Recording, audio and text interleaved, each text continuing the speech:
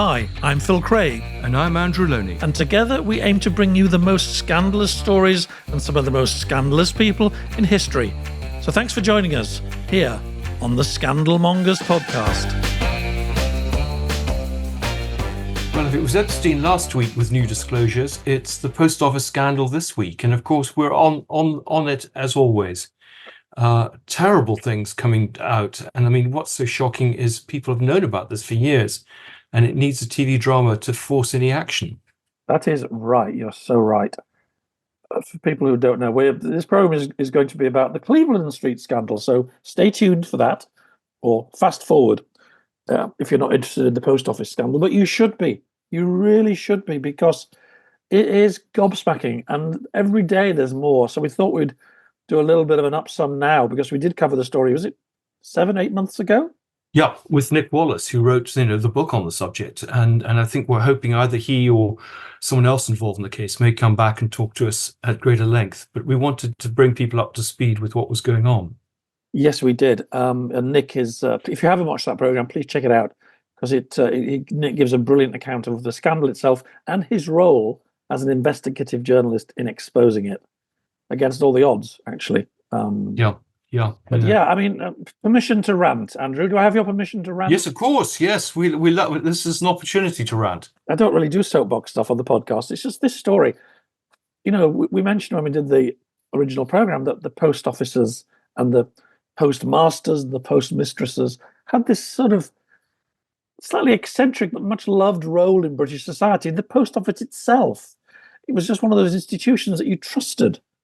You know, and it's probably wrong to romanticize people, but I'm going to do it anyway, because, you know, our friends, our neighbors, in fact, Jay and Aparna Patel, and yeah, like many of the people who worked in post offices, they were second generation immigrant family working their way up. Lovely people, good friends of ours. Our kids went to school with our kids every day, all hours there to meet people in person. You know, that personal service that so many people feel is lacking in our modern age. Yep.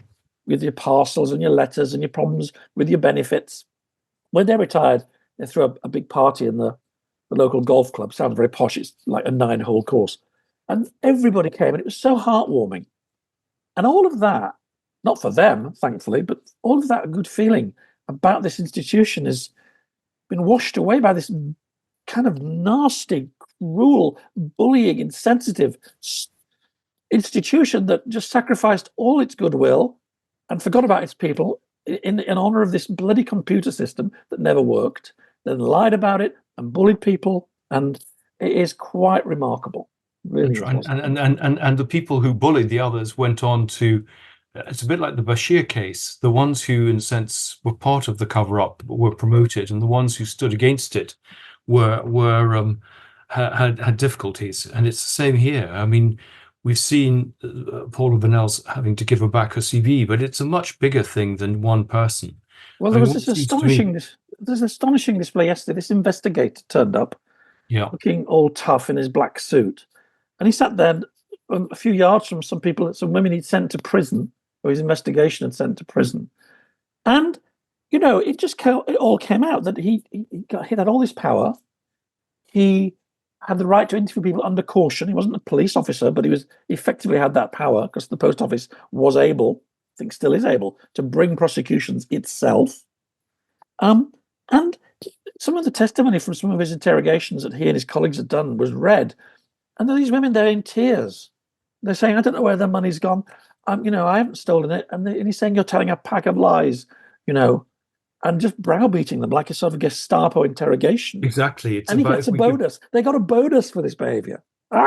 Sorry. It was a sort of bounty. Yes, it was.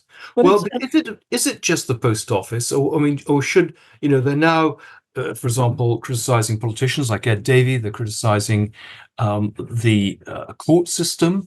There are concerns about the Crown Prosecution Service. I mean, It seems to be everyone was involved in this, and the idea that suddenly, out of nowhere, all these people were defrauding the post office who'd worked for it very happily for years, should have been alarm bells. Well, and Nick explained it himself, didn't he? There was a level of suspicion at the top about the post office workers. They thought some of them were on the fiddle. Do you know what? Maybe they were, but when this computer started spitting out all this bad data, they immediately thought, right, we've got you. They didn't think, hang on, is it really plausible that so many people with an unblemished record have suddenly started stealing from us and effectively from the public? And they just pursued it. And even when, as we now know, internally they were beginning to realize that the computer system had failings, could give bad readings, and that never seemed to work its way down to the people at the sharp end who were being very, very sharp and horrible to these people who are now getting vindicated after years of suffering, and they lost their jobs, their livelihoods. Some of them even killed themselves. I mean, it's an appalling story. I just want to read one thing because it just summed it up for me. Tom Peck in the Times. I suppose you're listening, Tom, but if you are, good on you for writing this. He's talking about this man I just mentioned and his testimony, and he went up to one of the women he'd imprisoned or had been imprisoned. I don't know, but it was by him. And I said to her, I'm quoting now, I sat next to her and asked her during the lunch break what she made of the morning's evidence. He's just pure post office, isn't he? She said, a phrase of which everyone in the land suddenly knows the meaning. And once, almost unimaginably venerated institution came with its own cabinet minister, had children's cartoons made about it, is now a byword for vindictive malevolence on a breathtaking scale. Pure post office. Wow. So there you are. Yes, no. Well, I think it's good that they're coming after the computer, the person who in a sense was effectively running the computer, because at least they should be held to account for the failings of the system. It just taps into a lot of people. I mean, I'm just getting old, but a lot of people feel that the idea of service, especially face-to-face service, is just, and you've got the algorithm and you've got the email that you can't reply to, and then you have to have the code, and then you can't get to talk to anybody about anything, and it all seems very, very distant and quite threatening sometimes. Yeah, but Nick wrote a very well-received book. There was a Panorama program. There was a Radio 4 series, and nothing was done. It's. I mean, thank goodness that we have this drama series, but it wouldn't have happened. And I think there are a number of other scandals. I mean, it's now raising the issue of the infected blood scandal, which is another one, a huge miscarriage of justice, which I think we're hoping that we'll address in the next few weeks. We must. We've talked before actually about these things. They bubble along for years, like Martin Bashir. Everybody sort of talked about it in our business. Or Savile. Suddenly, bang! It becomes a matter for public debate, and things are done. And this post office scandal is another example. Hillsborough, I think, was another one. Yes. Well, we're keen to do a talk about Hillsborough. It's just finding the right person really to talk about it. Yeah. Well, thank you for letting me rant. Yeah, no. Well, it's in some ways it's sort of what we're talking about, that somehow the system is broken down, that the law-abiding citizens are sort of being being persecuted by a government which has no proper and authorities and establishment which has no proper accountability and transparency. There was something so just petty and small-minded about the way it all happened, and remorseless, just crushing these people. What I found most shocking was the Post Office tried to get Justice Fraser, who was the man in charge of the case, off the case, trying to interfere with the legal system. I mean, my own feeling is people shouldn't just be giving back CBEs; they should be prosecuted. Well, and I think with the current feeling in the country, that would be very popular. And it could well happen. A lynch mob. Well, I don't agree with lynch mobs either. It's just very. I suppose before we get ourselves too depressed, it also does show that people like Nick and also my other old colleague John Sweeney on Panorama and a few other people, the Awkward Squad, who made a lot of noise and caused a lot of trouble, they did actually in the end manage to get the public's attention, which is why the drama was written. And good on ITV for doing that. Yeah, and we've now got an inquiry. Let's see if anything comes out of that. But I mean, that's what we want to do. We want to find more of these stories, always open to suggestions, because we believe very much in campaigning journalism. If it's the only way to hold people in power to account, then we will do it. Very, very good. Very good. Well, from the post office scandal to more post office scandals. To another scandal that actually has a post office connection. Yes, exactly. It was a very long time ago. Do you want to introduce the audience to the wonderful but rather complicated world of Cleveland Street? Yes, the Cleveland Street scandal is, I suppose, one of the great Victorian scandals. Took place shortly before the Oscar Wilde trial, and it revolved around basically a male brothel in central London. and which various members of the establishment were using. This, of course, was a time when there was certainly, if not laws against homosexuality, a great deal of public opinion against it. And there was a big cover-up, which went all the way up to, in effect, Buckingham Palace. And there's a big question about whether a member of the royal family was in fact involved in this. We've got Neil McKenna, who's written two very highly acclaimed books about Victorian scandals, one on some cross-dressers called Fanny and Stella, another on Oscar Wilde.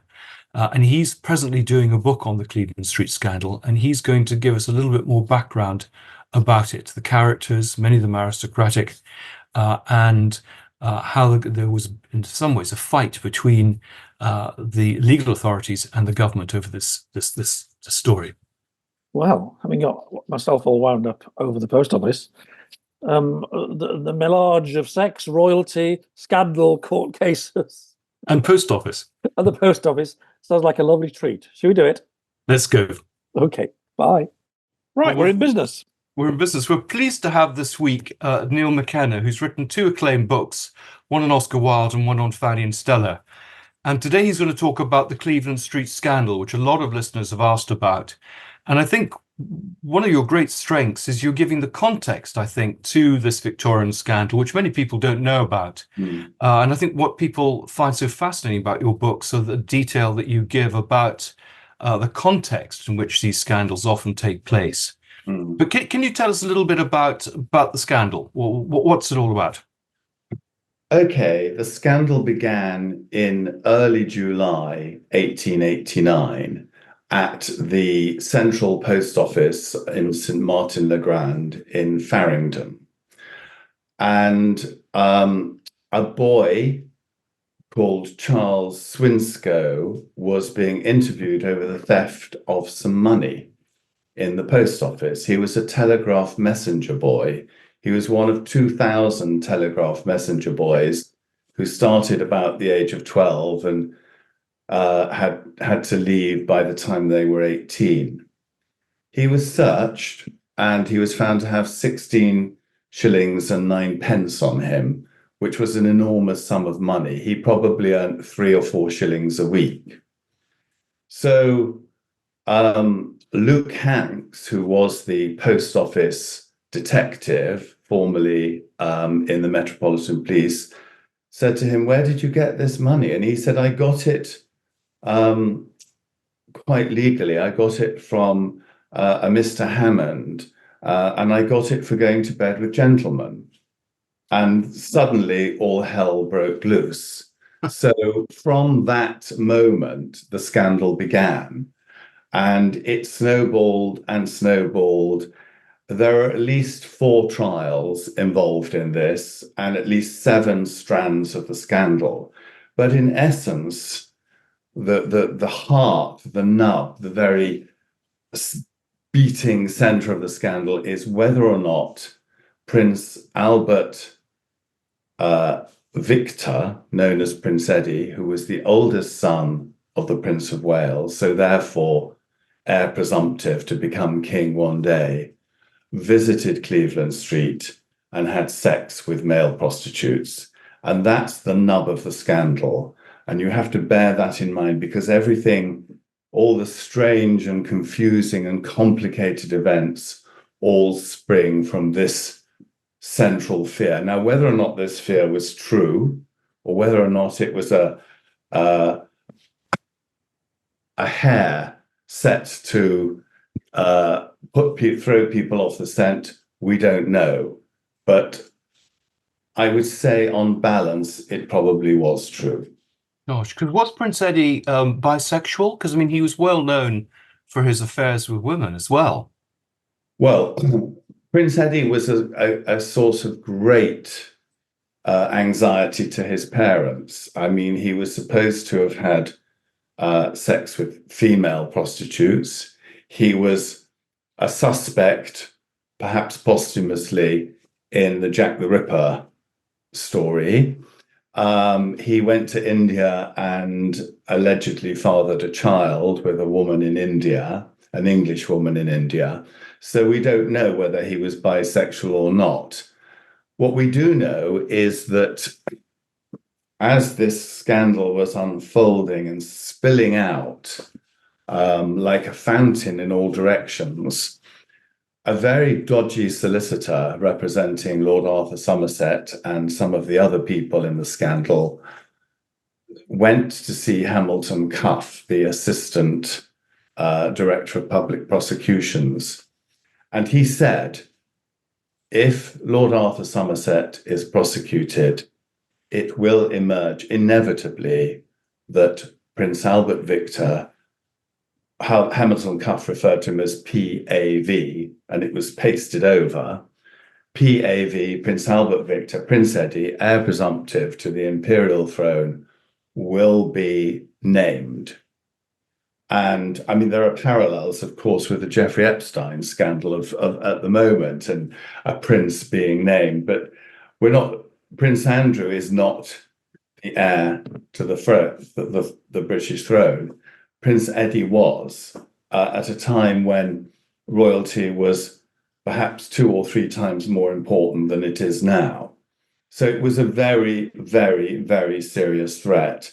And suddenly heaven and earth was being moved to prevent this name coming out. And was this all going on behind the scenes, or was there quite a lot of coverage in the papers about this? Well, I'll just take you back slightly. So after this boy said he got it from going to bed with gentlemen, he confessed that he'd been inculcated into prostitution, induced into prostitution by another post office employee called Henry Newlove. And Henry Newlove lived in Camden, and he was arrested. And he said, I think it's very unfair that you're arresting me and charging me when some of the gentlemen who went to Cleveland Street, the brothel, get away scot-free. And he proceeded to name some of those gentlemen. The first one was Lord Arthur Somerset. The second one was the Earl of Euston, Colonel Jervois, who was something to do with the Prince of Wales, and various other names. Now, the name Lord Arthur Somerset rang alarm bells because he was 37 years old. He was called Podge. The Prince of Wales nicknamed him Podge because he was quite fat. And he was equerry to the Prince of Wales. So he was in a very important position. He was sort of like a confidant, a secretary, in charge of his stable, everything. And so this was a name to conjure with. The case was immediately handed over to Inspector Aberline of the Metropolitan Police, who the previous year had investigated Jack the Ripper. So he was probably Scotland Yard's best, most high-profile, most talented detective, and he was given this case. And he went to Cleveland Street to arrest the brothel owner, who was a man called Charles Hammond, but Charles Hammond had been tipped off. And he'd flown. He'd gone to Gravesend and from Gravesend to France. So that's how it started. Then there is a pile of correspondence that high between the Home Secretary, the Director of Public Prosecutions, the Prime Minister, the head of the Metropolitan Police, the Director of Public Prosecutions, the Assistant Director of Public Prosecutions, the Lord Chief Justice, the Home Secretary. Memos, letters were flying in all directions at high speed, basically saying we should arrest Lord Arthur Somerset. If we've arrested these male prostitutes, we should arrest their clients. Again, a contemporary debate of today. The Home Secretary, Henry Matthews, was dead against arresting him. The Commissioner of the Metropolitan Police, James Monroe, was all in favour of arresting him and putting him on trial. So it went back and forth, back and forth, back and forth. In the meantime, Lord Arthur Somerset had taken a 4-month leave of absence and skipped away to Europe, where he sort of wandered around Europe, bemoaning his fate and saying this is all very unfair. Then a short trial took place. This is a trial of Henry Newlove, the boy who recruited the Telegraph boys for prostitution, and a man called George Veck, who lived at the brothel, who was in some way involved in it. He posed as a vicar. He wasn't a vicar, but he called himself the Reverend George Veck. And they were taken to trial, and their trial wasn't even listed on the day. It was added on at 4:30 in the afternoon. It took about 20 minutes, and Henry Newlove got 4 months and George Veck got 9 months. Sentences of such sort of lightness, it's almost impossible to imagine. Hamilton Cuff, the Assistant Director of Public Prosecutions, called it a travesty and said these were ridiculously light sentences. So there we have it. Now, just to interrupt, I'm sorry, at this stage, is anybody reporting that there might be a senior member of the royal family involved, even outside the UK? Not quite yet. Okay. It takes a little time for this to seep out. It's never, well, it's a few months later in September, October, and November, European newspapers, Australian newspapers, and American newspapers, particularly the New York Times, start running parallel stories. They report Cleveland Street, and then in the next column, there's a very bland paragraph about Prince Albert Victor. So it's a tried and tested method. But I think it was September, so it started in July. In September, Arthur Newton, who was the solicitor for Lord Arthur Somerset, went to see Cuff and said he would leak out, he would reveal Prince Eddie's role in Cleveland Street. Meanwhile, Hamilton was in France, being tailed by Inspector Aberline and a detective from the post office. So he was wandering around France trying to shake off these people. Newton went to see him, the solicitor, and offered him a huge sum of money to go to America, which he accepted. Now, when he arrived, he got a boat from Antwerp to the United States, and when he arrived in New York, he was given $4,000 in addition to the £800 that Arthur Newton gave him in cash. And he arrived with one of the live-in boys from the brothel, who was called Herbert Ames, who was also his secretary. Hammond was interesting because Hammond was married. He was married to a French prostitute called Madame Caroline. He had a relationship with another female prostitute called Emily Barker. And he also had this two spoony boys, Frank Hewitt and Herbert Ames. And he also had a relationship now that falling into decline with a male prostitute called Jack Saul. So Charles Hammond arrived in America to a huge amount of money. I mean, I think you have to multiply it by 50 or 60 times to get the equivalent today. So $4,000 must be about $200,000 in today's money, if not more. And remind us where this money had come from. This had come from the backers, so to speak, of Lord Arthur Somerset. So it had come from people like Hugh Wegelin, who was a banker and another client of Cleveland Street. It had come from Viscount Esher. It had come from Lord Arthur himself and Lord Arthur's family, and from other sources. So the money had mysteriously appeared.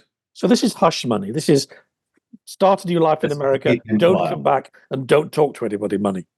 That's absolutely it. Okay. There were various boys who were the police found and gathered together. So there was Charles Swinscoe, Charles Thickbroom, George Wright, and a boy called Algernon Allies, who had been, Henry Newlove had told the police about him. He was basically Lord Arthur's boyfriend, and he'd been a page boy at the Marlborough Club, which was the Prince of Wales club. He started it. Lord Arthur was a member. He'd been accused of theft, and Lord Arthur had taken him to live with him in Hill Street in Mayfair, which was extraordinary, and subsequently moved him into Cleveland Street. These boys were all huddling together, being looked after by the police, and Arthur Newton and his assistant approached these boys and said, by the way, boys, the police have no right to keep you. Here is a passage to Australia, a new suit of clothes, and the promise of £1 a week for 3 years while you get settled, if you'll go. So the scandal was being closed down. Arthur Newton was the central figure. Sorry to interrupt again. These boys, we keep calling them boys. How old are they? 15, 16, 17, 18. So for most of them, it would still be an illegal act today because they're underage. Yes, the age of consent is 16 now. So yes, if they were Some under of them. 16, it would have been illegal. Interestingly, just to sort of slightly step outside the story, there had been a series of scandals in the 1870s and early 1880s at the post office about immorality amongst telegraph boys. And there are various reports undertaken seeking to try and extirpate this immorality. And the last report said that about 100 boys had been detected and dismissed for immoral activity. And they'd come up with ideas about how to get rid of it. So they wanted to increase the salary of messenger boys from 3 or 4 shillings a week to 7 shillings a week in the hopes that they would get a, quote, a better class of boy. They wanted to have supervisors in the kind of rooms where they kind of waited to take telegrams and things like that. So that was it. Anyway, so these boys were being bribed to go to Australia and take their damaging evidence with them. Hammond, the brothel owner, had already taken a very large bribe and gone to America. He settled in Seattle. And at one point, he's claimed that he had $250,000 in an account, in a bank account in California, which had been paid to him to keep him quiet. Now, $250,000 is millions in today's money. Whether or not that was true, we don't know, but we'll come back to Charles Hammond. So the plot to export the boys and keep them quiet failed because one of them told the police about it. And Arthur Newton was arrested, challenged, and tried. And he sort of got off because he said that he had permission from Algernon Allies' father to contact him. So it was a kind of wriggle out. In the meantime, in September, this is starting, September, October, it's starting to seep out. You can't keep this quiet. And someone called Ernest Park, who ran a radical newspaper called the North London Press, decided to spill the beans. So he wrote that 2 of the principal visitors, 2 of the principal clients at Cleveland Street were Lord Arthur Somerset and the Earl of Euston. And he said Lord Arthur Somerset had fled to Europe and the Earl of Euston had fled to Peru. This wasn't true. The Earl of Euston had not fled to Peru. He was living in London, and he pursued a charge of criminal libel against Park and the North London press. This came to court, and this was a very celebrated trial. Basically, Ernest Park said he had proof, and he produced a witness, and the witness was the male prostitute Jack Saul, who was then 37 or 38. He was Irish, he was known as Dublin Jack, and he'd been involved in the Dublin Castle scandals 10 years earlier. What are the Dublin Castle scandals? Are these homosexual scandals in Dublin? Yes. Let's not go into that because we'll be here today. Right. But anyway, a lot of homosexual scandals at this time. Lots of homosexual scandals. It's kept me very busy. So Jack Saul, John Saul, Jack Saul, is produced in court and comes out with this extraordinary story that he was a male prostitute. He'd known Charles Hammond for 10 years. They'd met on May Day in 1879, that he'd been in love with Charles Hammond.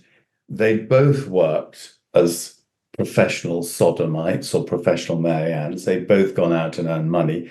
He had given all his money to Charles Hammond. Jack Saul had given all his money. He said he used to earn £8 or £9 a week. Again, a fortune as a male prostitute working in London. I should say a Marianne is a prostitute. A Marianne is the Victorian word for a male prostitute. Well, a gay man or a man who has sex with men, but shading into prostitution. Not every Marianne sold themselves for money, but a lot of them did. So it's one of those very broad terms. So this book this story is really about sex rather than, there's no love affairs in any of these relationships. They're all just about sex. Well, I think there was a bit of a love affair between Lord Arthur Somerset and Algernon Allies, because Lord Arthur sent Algernon Allies love letters, which Algernon Allies burnt. He also sent him postal orders for money. And so I think there was a bit of love going on there. There was certainly love going on between Jack Saul and Charles Hammond, although it turned to hatred.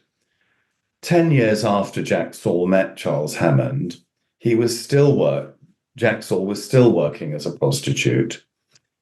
And he complained. He said, I'm totally fed up because Charles Hammond has these telegraph boys. They come, they earn their money. I've got to pound the streets looking for punters in order to make ends meet. And, I'm 37 and look at me. So he was quite grumpy about that. Anyway, Jack Saul got up in court, and this is the first time, I think, that a male prostitute, a self-confessed male prostitute, stood up in court and gave evidence about his life as a prostitute. And he said that some time ago he'd been in Mayfair, and he'd seen this very tall, handsome, well-dressed man, and the man had sort of, winked at him, and he'd winked back, and they'd started chatting, and then got a hansom cab to Cleveland Street. And the man was, according to Jack Saul, the Earl of Euston. And that they'd got to the house, they'd drunk some champagne, and then they'd have sex. And Jack Saul said, the Earl of Euston is not an actual sodomite. He likes to play with you and then spend on your belly, meaning ejaculate. Now, the Earl of Euston stood up with great indignation and denied this. And he said, yes, he had visited Cleveland Street once. Someone in the street had handed him a card saying Pose Plastique, 19 Cleveland Street. And Pose Plastique meant that it was a place where you could go and see naked women, a little bit like a lap dancing bar or a pole dancing bar today. So he'd kept the card, and then one evening, and his solicitor said it does no credit to him, out of pure curiosity, he'd gone to Cleveland Street, and he was admitted. He paid a guinea, and Charles Hammond told him that what was going on there, that it was a male brothel, at which point the Earl of Euston said, I got up and I threatened to knock him down if he didn't let me go immediately. I mean, what strikes me odd is how did people know about the identity of these aristocrats? I mean, they seem to have been pretty indiscreet in the way that they behaved. They were very indiscreet. I think you have to understand that in the 19th century, lots of men who had sex with men would not call themselves homosexual or bisexual. They did not define themselves in that way. There are lots of cases in the newspapers where men who've been arrested for immorality with other men said, well, I didn't realize I was doing anything wrong. But I mean, there was a law against it. People were going to prison. But it was before the Oscar Wilde trial, wasn't it? So maybe that made a difference later. There was less tolerance of these lifestyles. I don't know. Well, two things. You have to remember that gross indecency, which is the charge that Oscar Wilde was convicted on and had only recently come into law. I think it was 1882 that gross indecency became illegal. Before that, the only charge that could be brought against gay men or men who had sex with men was sodomy. So if there was no sodomy, technically it wasn't illegal, although there was a sort of undergrowth of vagrancy laws and things like that men could be prosecuted under. So yes, I think they were indiscreet. I think if you were an earl or a lord and you were equerry to the Prince of Wales, I think it gave you a certain sense of invincibility, a certain sense of it won't happen to me. I mean, it's still happening today. Exact certain parallels as we speak. Yeah, people are still behaving in ways that if they're caught, it would ruin their lives and ruin their careers. And yet they still do it. So I think there's no accounting for human frailty or foolishness. There's a sort of class issue here as well, isn't there? Because these were relationships with people between classes. Yes, and that's very important. Throughout the late 19th century, trans-class encounters were the fact that they were trans-class, that they crossed class boundaries, was almost worse than the actual deed. I mean, it was very evident in the Oscar Wilde trials that Oscar's relationships with stable boys and servants and things like that was pernicious, evil, and that it almost dwarfed the actual sexual act itself.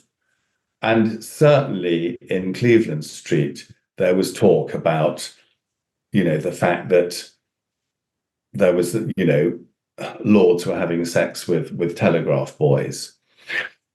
After the Earl of Euston had given his evidence, and he was 6'4" tall, he was a very tall, handsome man about town, and it was contrasted with the evidence of a self-confessed male prostitute, no longer in the first flush of youth, and Irish to boot, with an Irish accent. The judge, Mr. Justice Hawkins, said of Jack Saul, I have never seen a more loathsome or melancholy spectacle. And it's the Jeremy Thorpe trial all over again. Absolutely. Absolutely, it is the Jeremy Thorpe. And Norman Scott was the Jack Saul of his day. And so the jury found for the Earl of Euston, and, Jack Saul, that was it. So he was vindicated. There was other evidence. There was evidence of neighbours in Cleveland Street And about 4 or 5 people were called and said, have you seen this man going into 19 Cleveland Street? And they said yes on several occasions. But their testimony was dismissed because they were working class and illiterate, and therefore their testimony wasn't valid. So you can see the operations of class going on in the 19th century. I mean, apart from anything else, it's an amazing insight into social history and how things, in some senses, have changed, but in some senses haven't changed at all in this great country. Not much has changed, actually. Interesting. And a huge cover-up behind the scenes with Lord Salisbury. Were the royals kept out of it throughout, or did it finally come to public attention that Prince Eddie could have been implicated? After the Earl of Euston trial, Ernest Park, the editor of and owner of the North London Press, was sentenced to 12 months in prison without hard labour for his criminal libel. Good Lord. That's amazing. Yeah. 12 months in prison for telling the truth, probably telling the truth. 12 months. Gosh, we better be careful for Andrew, watch yourself, mate, with your next book. Yes. So, and there the scandal seemed to sort of settle. But after the trial of the Earl of Euston, there were persistent hints, references, not quite accusations in the press, so much so that someone who wrote an anonymous letter, either to the Times or Telegraph, or perhaps both, calling himself a member of Parliament, said that any suggestion that a member of the royal family is connected with the West End scandals, as they were called in Cleveland Street, is utter rubbish. That's total and utter rubbish. So there was a sense that a royal had been implicated, and people were moving to disprove that. So, but that's where the scandal settled. But I want to take you now to Seattle, where Charles Hammond, the owner of 19 Cleveland Street, had settled in America. And he'd opened a bar, presumably with the $4,000 or some of the $250,000 he claimed he had. And he was running a bar in Seattle. And he employed an Englishman called Alexander Todhunter as a barman. And then 5 or 6 months later, so we're in the middle of 1890, a woman claimed that Charles Hammond had stolen things from her, some jewelry. And he was arrested and tried in Seattle for theft. Charles Hammond claimed that this was a setup, that Alexander Todhunter was a member either of the Metropolitan Police working undercover and or the British Secret Service. And he'd been sent to deal with Hammond because Charles Hammond had on occasion said that he might come back to Britain.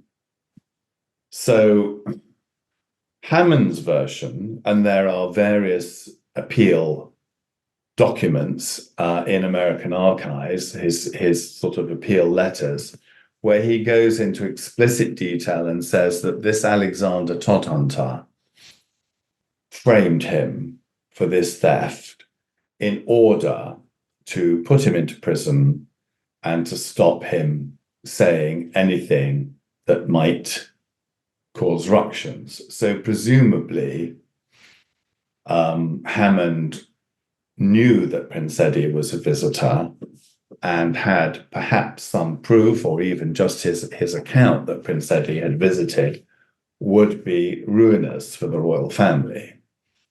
And the situation was resolved, wasn't it? Because Prince Eddie then died at the age of 28. He conveniently died in 1892 at the age of 28. Anything suspicious in that death? He died of flu at Sandringham, 30 odd miles from where I am now.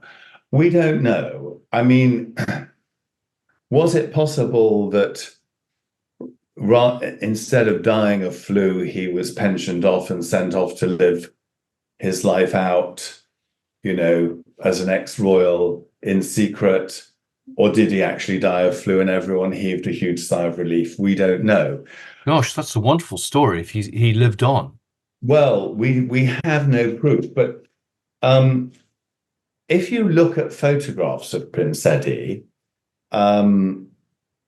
he's got a very strange skin color. He's got a kind of olive skin. He doesn't look at all like a ruddy Prince of Wales. And this was remarked on several times during his life, that he had a sort of foreign look. One of the boys, George Wright, said that he met a gentleman at Cleveland Street, and he said, "Another gentleman came in who I should know again, rather a foreign-looking chap." It's a tantalizing reference. We don't know whether it was Prince Eddie. We don't know that it wasn't, but it was a very convenient death. And we just don't know. We don't know. I approached the Royal Archives, and they are sealed more tightly than the crown jewels in the Tower of London. Nothing is coming out of there. So there are no papers on Prince Eddie that will be released, even though he died at the beginning of last century. There are no references to Prince Eddie. Well, the end of the previous century. Sorry, gosh. From the Royal Archives. You write to them and you get a very polite but firm no. I mean, what is the justification for that?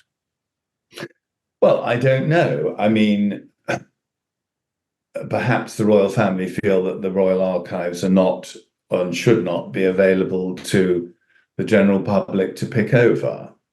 And that might be a simple act of protecting their privacy, or it might be that there are things about Prince Eddie that even now they don't want to publicize. We don't know, but you can't know until you can't know if there's nothing, if there's... You don't know what you don't know. Without any... Exactly. There may be smoke, but I can't even see the fire, let alone look at the smoke. But it suggests like Andrew, because again, Andrew hasn't cooperated with the authorities. It would be very easy to release police logs or have statements from PPOs. And the fact that he hasn't cooperated and that he's been shown to have not told the truth on several occasions does suggest that there's more to the Prince Andrew story than perhaps has even emerged so far. And that's presumably what happened with Prince Eddie. Well, there's also the curious case of the child that Prince Eddie allegedly fathered with an English woman he met in America. And there's very sparse references to that. There's also allegations that he made a woman he'd had sex with drink carbolic acid so that she died.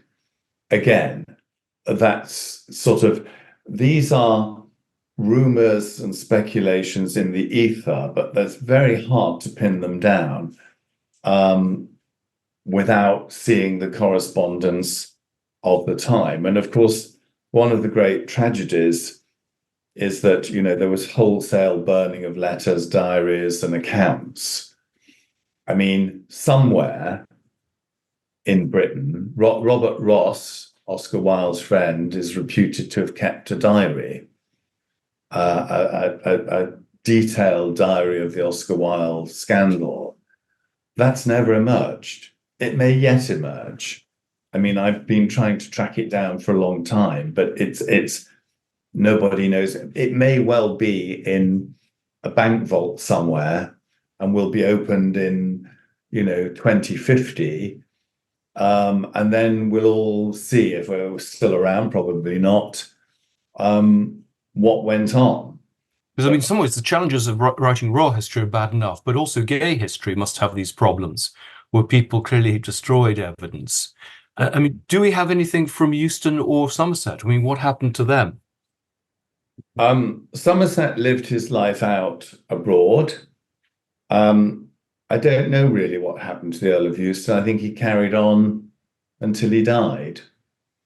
I probably got a note of it somewhere, but I can't recall it quite now. I do love his excuse for going to Cleveland Street. That's a beautiful detail. The pose plastique. But also, I think you say that he put it on his mantelpiece. I think if I had an invitation to a lap dancing club, I wouldn't stick it on my mantelpiece. Well, he was unmarried, so he was probably in his rooms somewhere or other. So, and of course, I don't suppose he thought that his servants would take any note at all, or perhaps even be able to read it. Yeah, interesting. So, what were the consequences for sort of British gay life or bisexual life of this affair? And perhaps there weren't any. Well, in many clearly ways, a massive moment of public attention to a sort of gay underworld. In many ways, it was a precursor to the Oscar Wilde trials, which happened, 5 or 6 years later. And many of the principals, Hamilton, Cuff, Sir Frank Lockwood, Asquith, were all who were involved in the Cleveland Street trial from a government point of view, were also involved in the Oscar Wilde trial. Lockwood led the prosecution of Oscar Wilde. So in many ways, it was a precursor. I think Cleveland Street was unsettling, but it had been secret.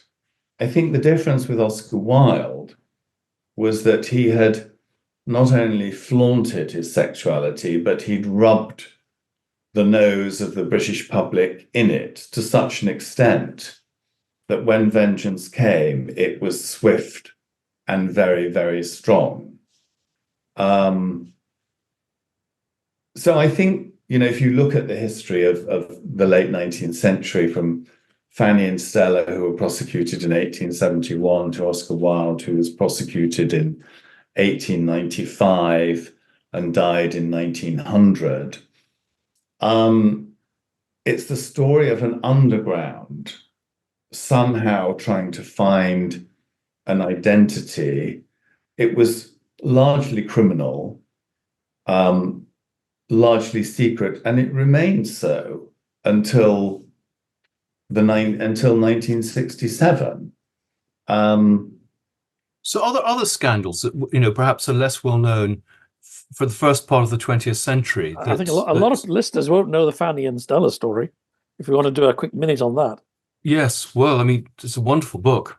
Well, Fanny and Stella were two very foolish young men who liked to drag up and liked to go around either dressed effeminately as men or in full drag as women, and were not averse to a little bit of prostitution. And what they were watched by the police and arrested, and their trial went to the Houses of Parliament, to Westminster Hall, where they were tried before the Lord Chief Justice, with the Attorney General prosecuting them. And it was an extraordinary sledgehammer to try and prosecute two very foolish boys. And that was, I think, if you abstract yourself, I think that was the establishment trying to come down heavily on any kind of what we might call gay today, but then identity. So I think it wasn't so much that Fanny and Stella went out and had sex with men for money. I think it was the fact that they rejoiced in their feminine identity. They had an identity. And I think if you look at the wider cultural context, there were huge worries about effeminacy, that somehow or other the British people were being weakened or poisoned by effeminacy. Sex between men, homosexuality was seen as a contagion, as a disease. So you have to look at it as a disease model rather than as a sort of social issue or a sexual issue. So the way Britain coped with its huge amount of sex between men, and there was a huge amount, was to see it as a public health issue that had to be criminalized and clamped down and contained and controlled. So, they wanted to lock homosexuality down. They wanted to make it so bad that people wouldn't dare practice it. But wasn't there a certain amount of hypocrisy? I mean, doing the Guy Burgess book, I mean, he would appear at diplomatic conferences wearing lipstick. And when the ambassador was confronted with this, he would say, "We tolerate eccentricity in the Foreign Office." Yeah. So there were some double standards here, really. There were double standards. And at the same time, as Guy Burgess was doing those things, the police were conducting a massive purge of gay people in the 50s and 60s. And,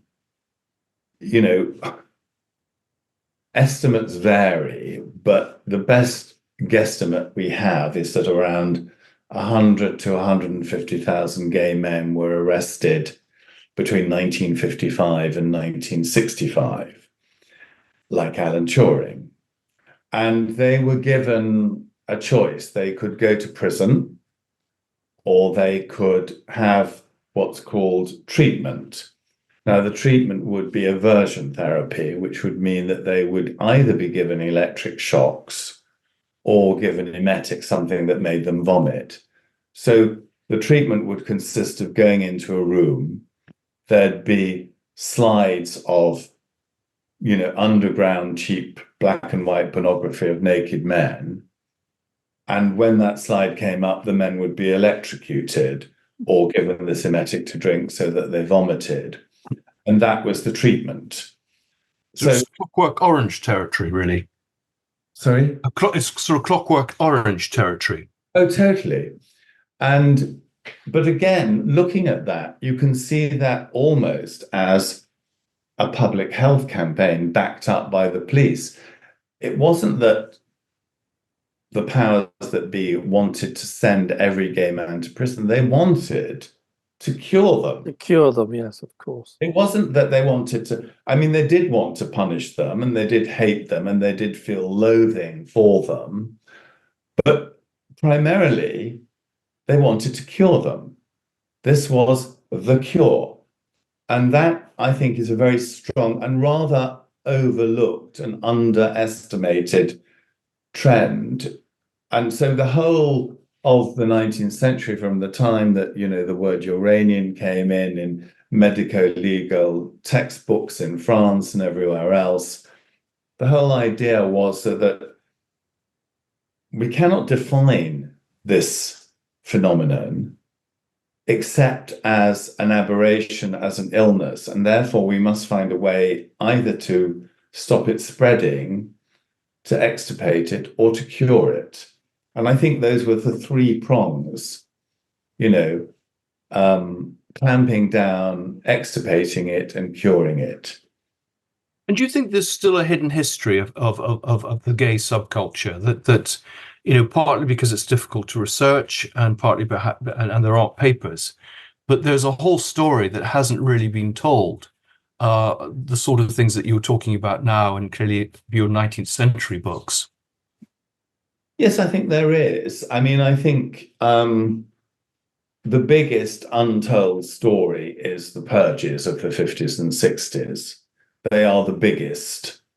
That's the biggest story because, in any other, I mean, there's a lot of tension and stress and anger about the post office managers who allegedly defrauded the post office. Nobody has expressed any outrage at all about the 100,000 or more men who were arrested and forcibly treated. I mean, yes, Alan Turing received a pardon from the government as a kind of emblematic faggot, but we don't need sort of a pardon from Gordon Brown. What we need is a public inquiry. We need understanding. We need the books to be opened. We need to understand why that happened, what processes led to it. And I think we need some kind of reparation, actually. And I mean, have any of these people come forward? Because clearly some of them must still be alive. A few are still alive. I mean, I'm over 60, so in my longish life, I've talked to many, many men. And when I was younger, I would talk to gay men in Norwich where I lived, and I would hear their stories of how, they were tracked by the police, how they were arrested, how some were sent to prison. I've spoken to men in London since. There's a man who wrote a book about it because he was arrested. I think we just don't know the effect on individuals, and we don't know why it happened.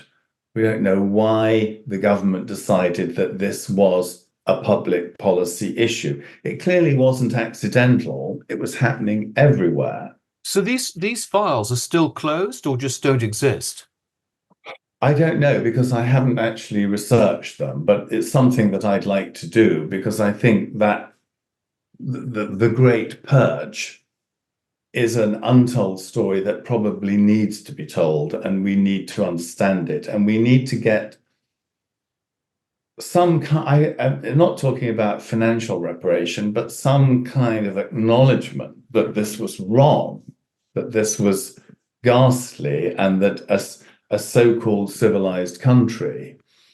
I mean, another thing that's quite interesting is that when the concentration camps were liberated by the British Army after the war, Pink Triangle prisoners were sent from concentration camps to ordinary prison, back to prison, because they weren't seen as, unfairly imprisoned. They were seen as criminal, whether or not they'd committed criminal offences, but Pink Triangle prisoners were not freed. And that's another terrible injustice of, the British state, that to join, the long list of injustices. We've got two good subjects for you, hopefully, to come back and talk to us in the future. And your Cleveland Street book, is that likely to come out in the next year or so? It's in the pipeline, but I'm doing a novel first. And this novel is a book that I really need to write before I fall off my perch. And then I can come back. And I have several ideas for non-fiction books. So... Well, please come back and talk to us again, because anytime you want. What you say about the 50s is so, yes, a book, but also what a subject for another campaigning drama. That would be amazing, I think. Yes, I think that would be a real winner. Get onto our friends at ITV. Okay. Very good to talk to you. Nice to talk to you. Thank you so much, Neil. Fascinating Thank stuff. you. Bye. Bye. Thank you for listening to the Scandal Mongers podcast. This has been a Podcast World production. You can get in contact with our show by emailing team@podcastworld.org, placing Scandal Mongers in the heading, or via our social media links within the show's bio.